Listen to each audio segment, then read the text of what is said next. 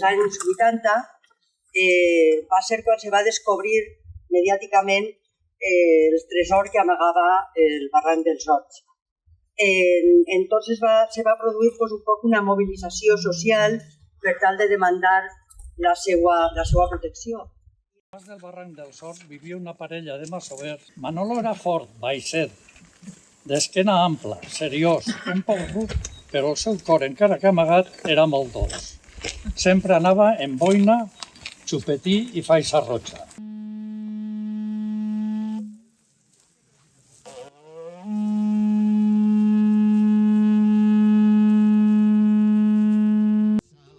Hi ha un espai molt especial, el nostre barranc dels Horts, ple de roures i tresors.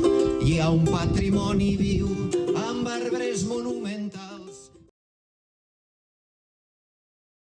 La Caixa Montepiedad de Castellón, institució que es va crear en 1900, per tant ja té molts més anys que tots que estem ací.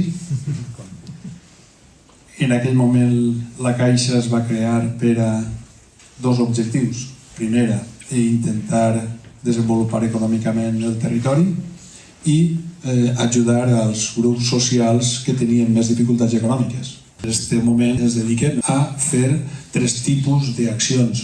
Primer, una acció cultural i l'estrella en aquest àmbit de les exposicions que fem en Sant Miquel.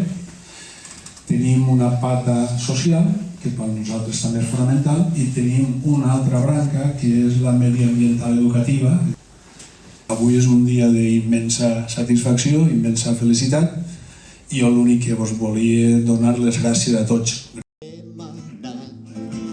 Al barranc dels Horts, José i Manolo allí estaven per convidar-nos a la passejada. I poc a poc han arribat persones de distints llocs